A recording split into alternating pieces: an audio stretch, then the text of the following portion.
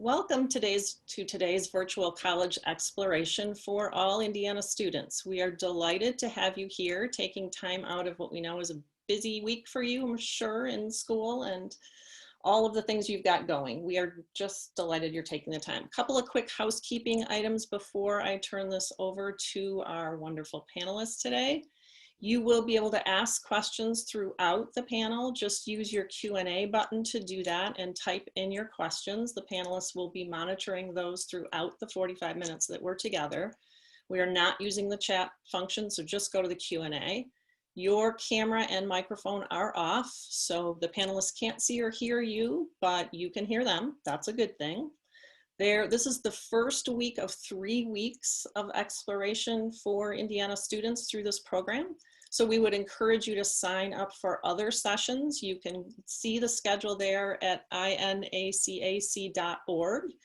More the merrier of the sessions. The sessions will also be recorded, and so you would be able to see them afterwards if the time frame is not convenient for you. I'm going to turn it over now to our wonderful panelists, and off they go learning about the Big East. Thank you. Thank you so much, Amy. And thanks everyone for joining us tonight. We're happy to be here and happy to be able to give you a glimpse into what we feel is a pretty unique set of schools from one of the most storied athletic conferences in the nation, and that is the Big East.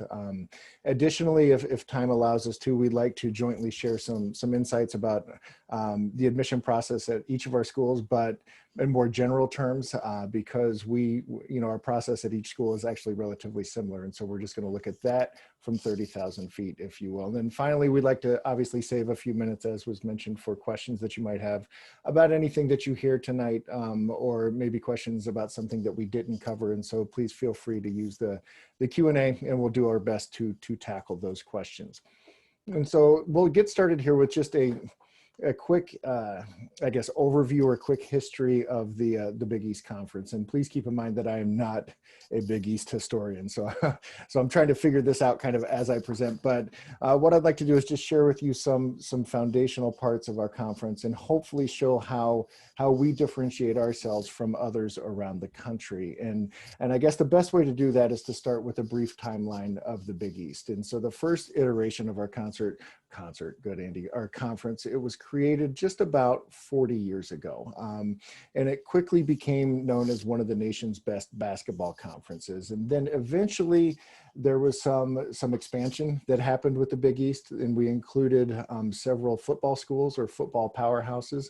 And then what happened after that, just a few years ago, there was some conference realignments that were happening nationally, and we ultimately decided to come back to our roots, and we created, or maybe I should say we recreated the new Big East, which actually looks a lot like the original Big East. So the Big East is currently comprised of 11 schools. All have tremendous athletic success, which you can see in the slide here, that we like to boast about our 11 national champions over the past 6 academic years. By definition, when you look at all 11 Big East schools, we're technically medium-sized, but there's a fairly decent range in terms of the size of our undergraduate populations. And so some of the schools might be 4,000 to 5,000 students, and some might be 6,000 to 7,000. Some schools might be just at 8,000 or a little bit bigger, and then some schools might be north of 14, 16, or even 18,000 undergraduate students. All told, 9 of the 11 Big East institutions are Catholic schools, and there's a variety of affiliations within the Catholic Church that these schools associate with, but my peers can correct me if I'm wrong, but I believe the Jesuit schools make up the largest of the group, with 4 of the 11 member institutions. And then it would be Butler and UConn that are the 2 schools that are not religiously affiliated. But that doesn't mean that our campuses are without, faith-based communities, because they certainly are. We believe that the Big East is competitive across all 22 sports that we participate in, but admittedly our history and our notoriety, if you will, are centered around one sport, and that would be basketball. just because I have the mic and I'm from Butler, I'll tell a quick story about how basketball can change a campus, literally. Going back to 2010, when Butler went to its first Final Four in men's basketball, one of the more important takeaways from that infamous run wasn't necessarily what happened on the court, but it was what our president noted after the national championship game, when he said that basketball brings people to the front porch of our university. And so basketball, we think, creates an awareness of all the really great things that happen at a college or university, especially among the Big East schools. And so this ended up being really true in so many different ways for Butler. On the surface, we saw something obvious, like our application pool literally tripled in 2 years. That doesn't happen in the world of college admission. But more importantly, and I guess from a more philosophical perspective, we, and not just Butler, but we as like Big East schools, think that basketball can be a sort of delivery vehicle for the missions of our universities. And so I guess going a step further, I think there's probably a commonality for all of our schools that we hope shines through, specifically with athletics, but also for our wider campuses, and that we strongly believe in and promote a sense of community, where, you know, you see folks are willing to sacrifice personal glory for the betterment of the team and for the betterment of our campuses. And, you know, specifically at Butler, we call this approach the Butler way, but I'm confident that a similar mantra exists at the other 10 schools as well. Going back to the slide for just a second, as a conference, there are a few specific examples that kind of showcase our commitment to serving others. And that can be seen through the Big East Serves Day, which is a day of service in New York City that's built around the Big East tournament at the end of the basketball season at Madison Square Garden. And then also a platform called Be the Change, which focuses on diversity, access, and inclusion, and as well as active participation in ending racism and injustice. I would obviously be remiss if I didn't acknowledge you know, that all of our schools have a sincere commitment to rigorous academics, but I think that will become pretty evident as each of our four you know, schools are represented here, are presented about tonight. So with that being said, Megan, if you would jump to the first Butler slide, thank you. I'll just kind of get things started talking about Butler. Butler is a nationally recognized university with 6 academic colleges. And so what that means is that the university as a whole is subdivided into 6 colleges, and then those colleges will be the homes to the specific majors that we offer. Very briefly, we have the College of Pharmacy and Health Sciences, Performing Arts, Business, Communication, Education, and the Liberal Arts and Sciences. At Butler, we feel we're a unique kind of undergraduate population in that we sit just under 5,000 students. And being a school that's that small, we're able to offer, you know, average class sizes of 22 and the student faculty ratio of 11:1.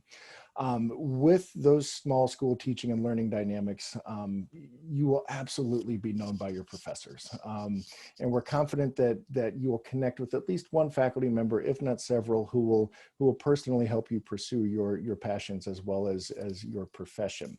Additionally, because we have a small-ish number of graduate students, you know, roughly 500, who are almost exclusively working adults taking classes either online or at night, our primary focus is that undergraduate experience. And I think that comes out most notably when it comes to undergraduate research, because there's very little competition from grad students for meaningful research opportunities. And so you're getting to do work that you're actually interested in as you work side by side with a faculty member.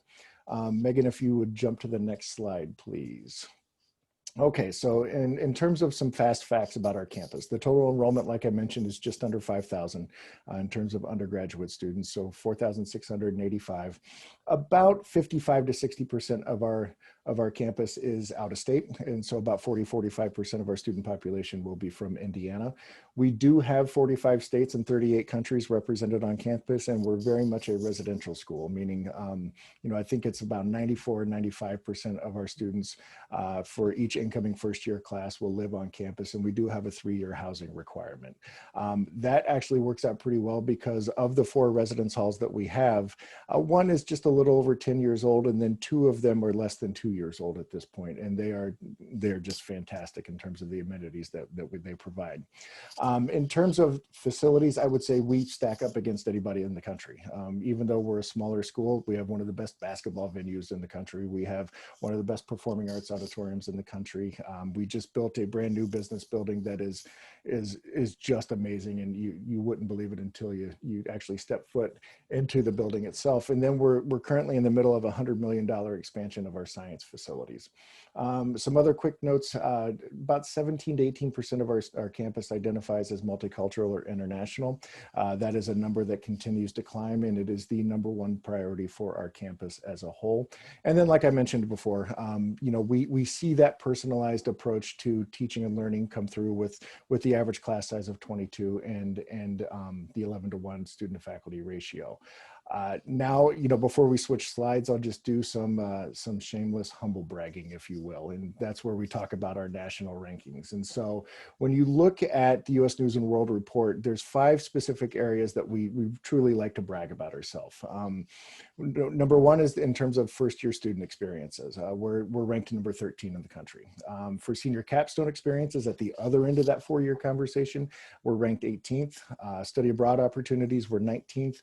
Internships, we're 21st. And then service learning, we are 23rd. And while national rankings are great, we are also truly proud of the fact that we're ranked the #1 regional university in the Midwest for the 2nd consecutive year. And on a related note, we're the #1 most innovative school for Midwest regional universities for 5 consecutive years. And then Megan, if you want to advance the slide once more, please. And then finally, just to give you kind of a sense of what our students are doing outside of the classroom, there's a lot, and it's kind of hard to conceptualize and talk about in just like 90 seconds or less. So I'll do my best. But front and center on this slide, you'll see the logo for our Be Well program, which is a comprehensive wellness model that identifies the 8 dimensions of what we believe to be the mission critical pieces of a holistic Butler experience. So this is where we're going to emphasize things like a commitment to service and a commitment to diversity and career preparation and sustainability and mental and physical well-being.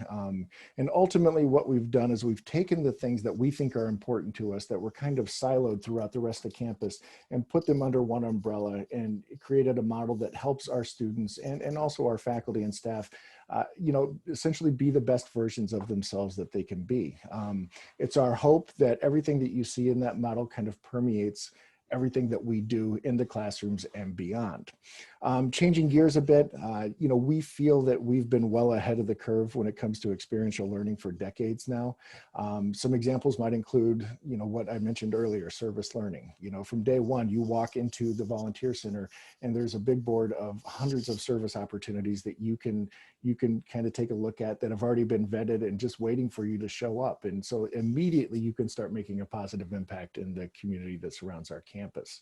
Of course, we have a massive number of clubs and organizations, but we were recently kind of surprised to find out that right around 95% of our students will be actively involved in at least one of those clubs or organizations during their time on campus. And most Butler students aren't going to do a 2nd or 3rd club. They're going to do like a 7th or an 8th. I did mention earlier that we're a top 25 internship school, and this is largely a byproduct of our location. Indianapolis was named one of Forbes' top 10 cities for business, especially in healthcare, education, finance, and the tech sectors.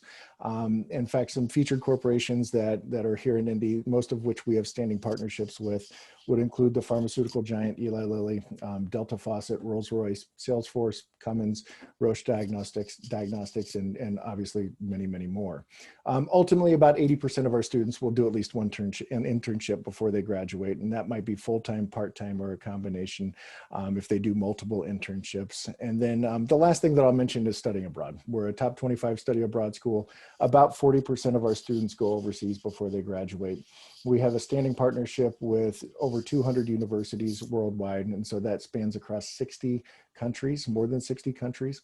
And so pretty much anywhere in the world that you want to go, we can make that happen and you still graduate on time. So fast forwarding all the way to graduation, our outcomes for the graduating class of 2019, within 6 months of graduation, 98% of our students are either employed in a job that's directly related to their major, or they went straight into grad school. So just 2% of our graduates are still looking, and many of those students were doing a gap year. And so we feel like we're as close to 100% placement as we could possibly be. And with that, I yield the rest of my time to Jeanette.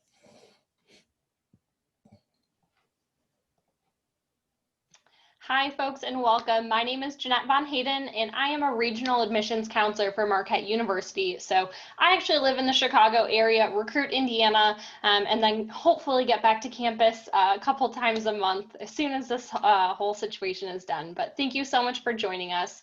If you're not familiar, Marquette University is located right in the heart of Milwaukee, Wisconsin. So we are a very urban campus. Everything that you're going to need as a student is within walking distance. Milwaukee and Wisconsin, it's just such a fun place for our students to start exploring in between your classes and all the things that you're going to get to do as part of the Marquette community. So we'll go ahead and go to the next slide here and learn a little bit more about our campus specifically. So we are a little bit larger than Butler. We have just over 8,000 undergraduate students, so still keeps us right in that medium-sized institution. We have over 12,000 students totally enrolled at Marquette. So in addition to our undergraduate programs, we also have a ton of graduate degrees. We offer a law school at Marquette, as well as Wisconsin's only dental school. So a lot of great opportunities for you to continue your undergrad experience into that graduate school. We actually are working on quite a few accelerated degree programs, which allow you to fast track your degree essentially. So for a lot of these programs, you can earn your bachelor's degree and your master's in certain fields within 5 years. Most notably, our newest ones, we offer a STEM MBA program where you're actually able to start in an engineering field or chemistry or biology, tack on 1 extra year and earn your MBA through the Marquette Business Program. So that's becoming really popular. We also offer an accelerated degree path if you want to become a school counselor. That's housed within our College of Education. So there are a ton of opportunities for you to really excel and get that advanced degree. As far as what we have to offer for undergraduate students academically, we have over 80 majors housed within 7 colleges, and all of our majors are direct entry, which means when you're applying to the university, you're actually going to apply right into the major you want, be reviewed for, and hopefully admitted right into that program. So there's no need to start at Marquette, take your general courses, and then apply later into your program. We're going to get you in that curriculum from day one to really reinforce, is this the path that I want to be going down? And if so, awesome. We're going to get you on that 4 or 5 year degree path as soon as we can. Marquette also has an average class size of about 23 students. The best part about that size is that it allows access to your faculty, access to your classmates, internship opportunities. It allows access to clinicals, all of that. And again, reemphasizing that direct entry component, because you have access to that earlier on, a lot of our students in programs like business and communication will have a minimum of 2 internships by the time they graduate. Again, those internships are not just with small locally based companies and organizations, they're also with national organizations. Milwaukee is home to 7 Fortune 500 companies headquartered right out of the city. Programs and companies like Kohl's Corporation, Harley-Davidson, there's Rockwell Automation, and that exposure is really nice for students to start building those professional connections. The university has a ton of ways to get involved in the community as well, with over 325 student organizations. This number is growing, I swear, every single day at Marquette. Everything from student government to religious affiliated groups. We have academic and other honor societies. So there's a lot of great opportunities for you to explore outside of the major and really help build some of those great connections. All right, Megan, if you could move to the next slide. We'll talk about the lovely city of Milwaukee, Wisconsin. As a Wisconsin native, I am partial to the city of Milwaukee. I grew up going there every summer, and it was just a phenomenal place. It's really fun for our students because it is a large city. It's one of the fastest growing cities in the US, but it is still small enough and Midwest enough to feel like it's home. So downtown Milwaukee, it's kind of the hubbub of the city. 3rd and 5th Ward on the right-hand side of your screen. That's more of the, I'd say, the young part of the city. So there's a lot of fun restaurants and coffee shops, the Milwaukee Public Market. So students easily can get down to the 3rd and 5th Ward, grab some gelato or some custard, as is customary in Wisconsin, and blow off a little bit of steam. Our physical campus is closest to you, so although it is a very city and urban campus feel, you still have a traditional defined campus. So all of your academic and residential hall buildings are within about a 10 to 15 minute walk from any point on campus. So it's not like you need to coordinate public transportation or build 30 minutes into your schedule to get between the buildings. Everything is still very traditional, close to home. As far as residential, we do require our students to live on campus for 2 years, and then after that, you're free to move off campus. But that really helps students stay connected to the campus community and be successful academically. So that is a little bit about Marquette. Next, I'm going to pass it over to Megan to chat about Providence. Thanks, Jeanette. Appreciate it. So let's talk Providence College. For those that aren't familiar, we're a little bit farther away than our friends at Butler and our friends at Marquette. We're actually located in Providence, Rhode Island, easy enough to remember. Our campus size is actually pretty similar to Butler in that we have just over 4,200 undergrads. Total enrollment right now is just under 5,000. Don't have a ton of graduate programs. Our predominant focus at PC is our undergraduate students, but graduate programs in education and business are probably the 2 most popular areas. We were founded in 1917 by the Dominican Friars. We're actually the only school in the country to have been founded by and currently still run by the Dominican Friars. So there's your fun fact for today. The campus itself, very traditional looking, lots of red brick. You can see the pictures. Beautiful campus layout. It's all kind of contained into one area. It's about 2 miles away from the city center of Providence. So not directly downtown, more residential. Houses and apartments nearby are often rented by our students, our seniors. But I think that provides a lot of balance for students that are looking at PC. They like the appeal of being in a kind of vibrant city, a city that's super historic. It's one of the oldest cities in the country, but it's also super accessible. It's easy to get around. There's a neighborhood situation. There's about 15 different neighborhoods that make up the city of Providence. So you really have access to kind of a lot of fun, engaging opportunities as part of your life on campus, and then kind of as a greater community person within the city of Providence, which is awesome.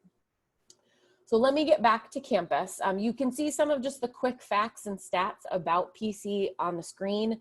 The big one that I like to highlight is our retention rate from freshman to sophomore year. That's 91%. So a majority of our students are returning from freshman to sophomore year. That's very important to us, that we kind of build an experience for them that provides them everything that they need to kind of grow and develop into the person that they're supposed to become. PC inherently is a liberal arts school. So we have a core set of classes that are required of all of our students, and those classes are in kind of the liberal arts background. I think that plays into the Dominican identity too of PC. Dominicans, one of the things that they're known for is this idea that faith and reason can coexist together. One of the tenets of Dominican life is study. So education is super important to them. It's one of the things that they're known for. And for us, because we're a liberal arts school, because we value education, if somebody doesn't know what they want to study when they come to campus, that's totally okay with us. We have a great undeclared advising program that will guide them through making a selection. Typically by sophomore year, students have landed on what they'll major in, and they're on track to graduate in 4 years. Programmatically, we have 3 different schools: the School of Liberal Arts and Sciences, School of Business, and School of Professional Studies. Professional studies means different things to different places, but for PC specifically, that's where our education, social work, health policy, and management programs are housed. We are typically known for, program-wise, business, psychology, biology, education, health policy, and management. We too, like our friends at Butler, have a great fine arts program. It's not necessarily something that we are known for, but a great facility on campus and great opportunities for students to take advantage of within our fine arts and studio art program, because that's the other part too, the art opportunities at PC. Now, let's talk a little bit about kind of opportunities outside of the classroom. That's obviously why you're going to be on campus. Your education is most important, but your education is going to happen in a bunch of different ways. It's not just the classroom where you're going to learn things. So for us, we encourage students to consider all of the things that my colleagues at my other biggie schools have mentioned. Studying abroad is big for us. About 60% of our students go away to one of our study away programs, and there are programs all over the world for you to choose from. Research and internships also play a big part in our students' development. Whether you do one or the other or both is up to you. We want students to be able to accomplish and do the things that they are excited about and curious about and passionate about during their time. So maybe you decide an internship will happen the summer between junior and senior year, but you'd like to do research during the year as a junior. Great. All of those things are possible in the context of the time that you're spending on campus. Lastly, I think the other important thing to understand for us is that involvement plays another part to the puzzle when it comes to kind of your learning as a student. So life on PC's campus, just like at Butler, just like at Marquette, pretty thriving, pretty unique place to go to school. I think Andy mentioned something that I think holds true to PC as well, and because of the student size. When you talk about, involvement and environment and community, those are things that a campus our size, we do really well. And it's because students get to know one another and can get involved right away. You can take leadership roles on, sophomore year even. And I think for students that are looking for that way to be involved and kind of that level to be involved, schools our size, that medium size kind of perfect mark, really can meet what you are hoping for and expecting out of your involvement. At this point, there's over 120 student organizations to choose from, lots of stuff to do. And we encourage students to kind of get involved right away. I think for us, when you talk about kind of the bigger, more well-known or really popular ways to get involved, that's going to be student government for sure, just like a lot of places. Campus ministry is actually pretty large, pretty popular for our students to be involved with. And then service is another way that you'll see students kind of giving back, whether that's to kind of the greater Providence community, the neighborhood that we're located in. We get lots of opportunities through different organizations. So there's a lot of ways that our students can make a difference and do make a difference in the city of Providence. And we are so grateful for that. We're going to get to how to apply and do all of that in just a few minutes, but I'm going to pass it along to my colleague, Joe, to talk about Seton Hall. Thanks so much, Megan. Hi, everyone. My name is Joe Paleo. I am the Assistant Director of Admissions from Seton Hall, and I work with all of the students coming from the state of Indiana. So moving on to the first slide, Seton Hall, as you'll see, is a medium-sized Catholic institution. We're located in South Orange, New Jersey, about 14 miles west of New York City. New York City is what gives our students some really amazing opportunities, as we're just a 30-minute train ride into Midtown Manhattan. We're home to about 6,200 undergraduate and 4,000 graduate students. So our size is what gives our students the best of both worlds. You'll see that we have the advantages of a larger institution, as we have over 90 majors, 17,000 internships in our database at any given time, and we're ranked recently #4 in the nation for internship opportunities for our students. We have over 550 employers at our career fair any given year. But a lot of the amazing benefits of a smaller institution. So our average class size, as you'll see, is just 21 students, and we offer a 14-to-1 student to faculty ratio. We're also proud that we have students coming from all 50 states and 70 different countries, which makes for a really great atmosphere year round. Our students study across several different colleges at the university that you'll see at the bottom right of your screen, and I'll just walk through all of those for you. So first is the College of Arts and Sciences, and this is our largest college at the university. You'll find a diverse set of majors ranging from the social sciences and humanities to the physical sciences, and also really notably home to our pre-med and pre-law advisory tracks. Next is our College of Communication and the Arts, which is home to our campus TV studio and radio station, WSOU, which was actually ranked the #1 nonprofit radio station in the nation recently. We're especially proud of our College of Education and Human Services, as our graduates boast 100% employment rate after graduation. This is really accredited to requiring the most teaching practicum hours of any college in the state, which makes our students really well prepared to enter the classroom after graduation. We've got a College of Nursing, which is home to our BSN program. This is a direct entry program where students have the opportunity now with the addition of our Interprofessional Health Sciences campus to complete their simulation lab coursework in our state-of-the-art mock hospital settings. This is going to be alongside our MD and PA students. This collaborative approach for our nursing students and our MD and PA students is what gives them really great experience, real world experience that they're going to experience in a hospital or healthcare setting after they graduate. Next listed is our College of Diplomacy and International Relations, which is really unique and was established with a partnership with the United Nations with direct access to their headquarters in New York City. We also offer an opportunity in Washington, D.C. for these students to study there for a semester, do an internship, and take classes with our professor who's based down in D.C. When it comes to business, we're really proud that the business school is home to the #1 business leadership program in the nation, and it's an award they've received 5 years in a row now. So our students have really great experience before they even get into the field by being able to work in our mock trading room, our sports polling center, and our market research center right on campus. The next is our School of Health and Medical Sciences, which is home to all of our graduate programs, but we offer a number of dual degree accelerated programs where students can study undergraduate and graduate and have direct access to a graduate program. So what that means is students, when they enter as a freshman, know that they have a guaranteed seat in either our program of physician assistant, physical therapy, occupational therapy, athletic training, or speech language pathology. We're also partnered with our School of Law, which offers several combined degree programs. So as a freshman, you can be admitted and on a 6-year track to earning your JD from Seton Hall Law. Undergraduate majors you can choose from through this program include diplomacy and international relations, business, political science, religion, and social work. Over the past couple of years, we've also partnered with New Jersey's Hackensack Meridian Healthcare Network to establish the first private medical school in the state of New Jersey, which is a really amazing opportunity. And our partnership has led to the development of one of our newest programs, which is our joint Bachelor's MD program, for which students can apply to be admitted to our 7-year accelerated path toward earning their MD. Importantly for this program and university-wide, 25% of the seats in the School of Medicine are guaranteed just for Seton Hall undergraduate students too.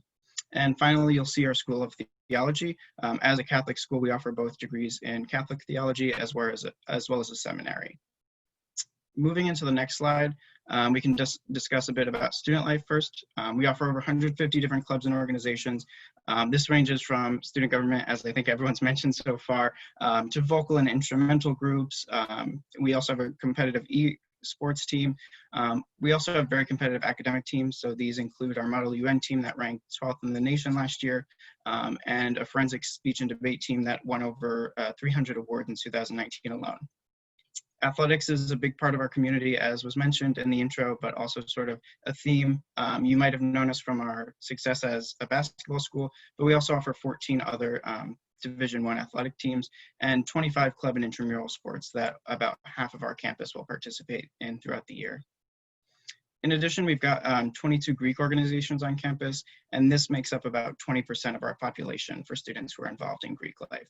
These range from social to multicultural and academic fraternities and sororities in nature.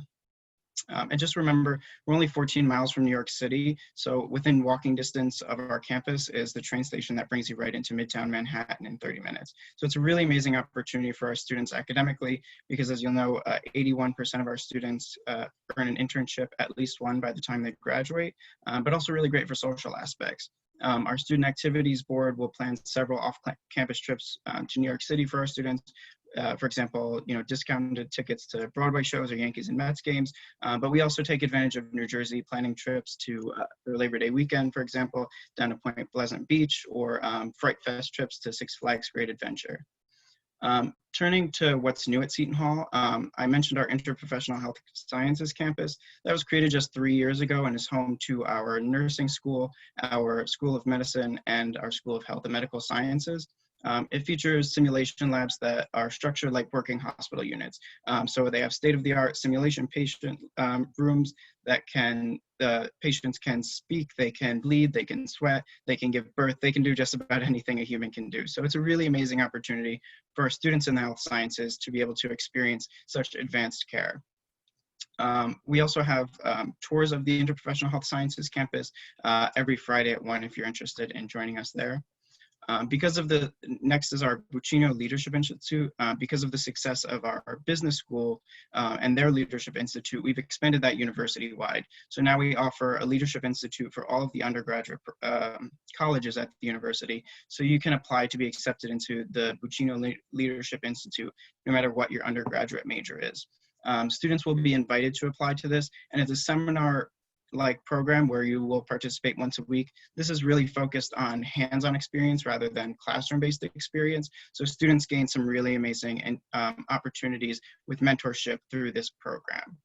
I just want to end by inviting you guys to come visit our campus, whether that be virtually or in person. We're offering both options to all of our students. And you can find all of those visit opportunities on our website at shu.edu. If you guys have any questions throughout the process, I'm happy to help out. Please feel free to reach out, and our contact will be listed at the end. But I think we'll move on to the next slide, Megan. There we go. Awesome. So we wanted to take a few moments now to talk a little bit about the application process. We know that this year has kind of shaken up college admissions. Hopefully it has not stressed you out too much, but we wanted to kind of talk about some of the ways that the application process has really stayed the same, especially between some of the Big East schools. And although we represent different campuses, I think you'll find a lot of similarities when looking at the processes at our institutions. And so first off, we want to address the different ways that you can apply to colleges. First and foremost, most of us, all of us are Common App schools, and many of the schools that you're applying to are probably on the Common App. There are over 700 universities involved in the Common App. So if you're applying to schools that are listed there, feel free to just use that application. I know some universities like Marquette, like Seton Hall, like Butler may have their own institutional specific applications. But if all of the schools you're applying to are on the Common App, sorry, my dog's chewing a bone right behind me. If the schools that you are applying to all happen to be on the Common App, it does not disadvantage your application in any capacity at all. So totally feel free to use that Common App.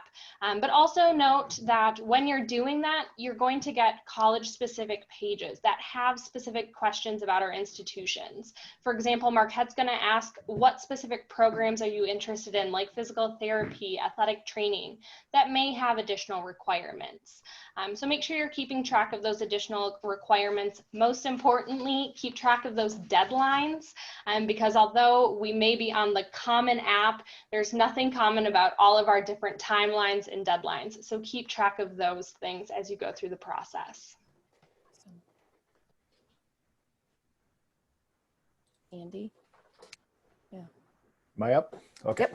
Yep. So next up is, just a brief overview of the academic record and or transcripts. And so if you look at this process from 30,000 feet, I think, not only will the research, but everyone on this call would agree that the best predictor of success on our campuses will be the 4 years of work that you do in the high school classrooms. And it's on the transcript that we see the outcomes for your work there. And so it's safe to say that all four of us in every Big East school will essentially look at the transcript the same, where we'll start the conversation by looking at your freshman grades. What classes did you take? What letter grades did you receive? And what does that baseline, I guess, GPA or semester GPA or trimester look like, trimester GPA. And then we'll do the same thing for the second semester and the rest of the trimesters first year. And then what does the baseline cumulative GPA look like? And then we'll just kind of track how things move forward from there, you know, from freshman year all the way to the end of junior year.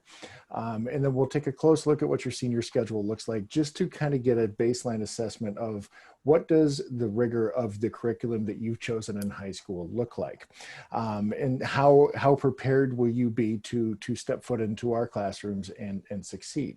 Now there's, you know, some schools, some high schools will report a weighted GPA, some will report only an unweighted GPA, some schools will give us both. Every school, every college or university might do something a little bit different. You know, some institutions might recalculate a GPA or unweight the GPA. At Butler, we take the highest GPA that's reported to us on the transcript, and that's what we use for both admission and scholarship decisions. Now, of course, we'll pay attention to advanced courses like AP, IB, and dual credit courses, and we'll always do a comparison of the number of these advanced courses that are offered by your high school, and then how many have you taken. And then we'll assess the overall strength of your high school.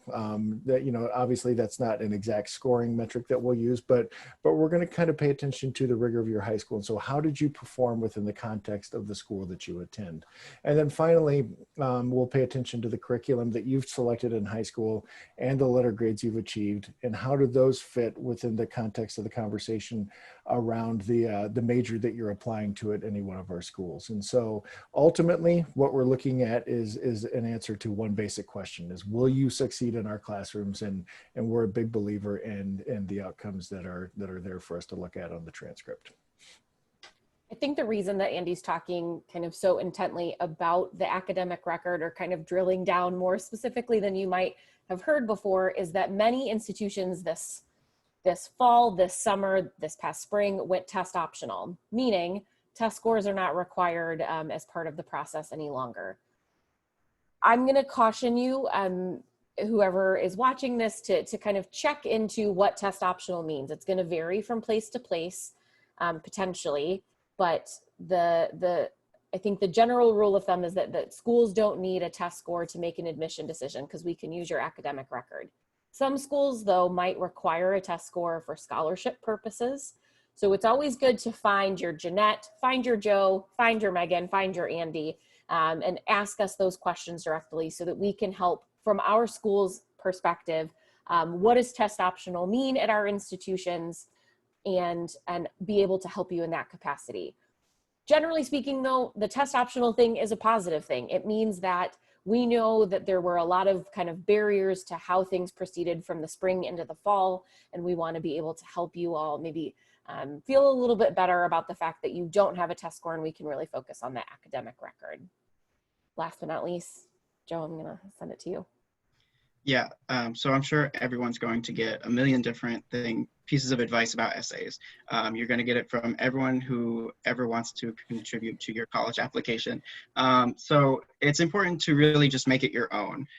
Don't make up a story, a sad story, where I'm going to call your guidance counselor and be like, I'm so sorry to hear about this. And they say, I've never heard of that. But, you know, make it your own, make it unique. The most interesting essay I've ever written was a student who compared, you know, types of wing sauce at Buffalo Wild Wings to how he compared to his college search. So, you know, make it your own, make it unique, but don't go out of your way to make it so extravagant and over the top that I'm, you know, confused. Also, you know, like I say, make it your own. Don't get advice from people, but don't make it seem like, you know, one English teacher read your first paragraph and the other one created the second paragraph. It is your college essay. We want to know why you're applying. We want to know what your next step is, and we want it to be about you. So just really keep it, you know, make it as interesting as possible, but also don't try and stretch it. It's your story to tell. Hopefully this helps in just kind of understanding, you know, many of our partners within the Big East Conference utilize these different things, the essay, the fact that they're test optional, the academic record, as kind of the main ways in which they review an application. So we all probably, to some degree or another, what we call holistic review, right? We're looking at all of the pieces to the puzzle to make an admission decision. I think the last thing as we kind of move into this last part of the session is just to say, You have our contact information. We're happy to answer any questions you might have about our respective schools, but just in general, make sure that you're reaching out to your admission counselors, checking in with them, asking them questions. That's what we're here to do, is help guide you through the process from our respective places. And we've put our websites on this last screen as a way to just showcase, we all have kind of a bunch of different virtual opportunities for you to take advantage of. Tours, sessions that you can attend, open house kinds of programs. Well, it's not the same as being on campus and in person. We hope that you'll take advantage of these things to learn more about our schools, and we're thrilled that you were able to join us tonight. So thank you so much. We really appreciate it. I'm going to hand it back off over to Amy.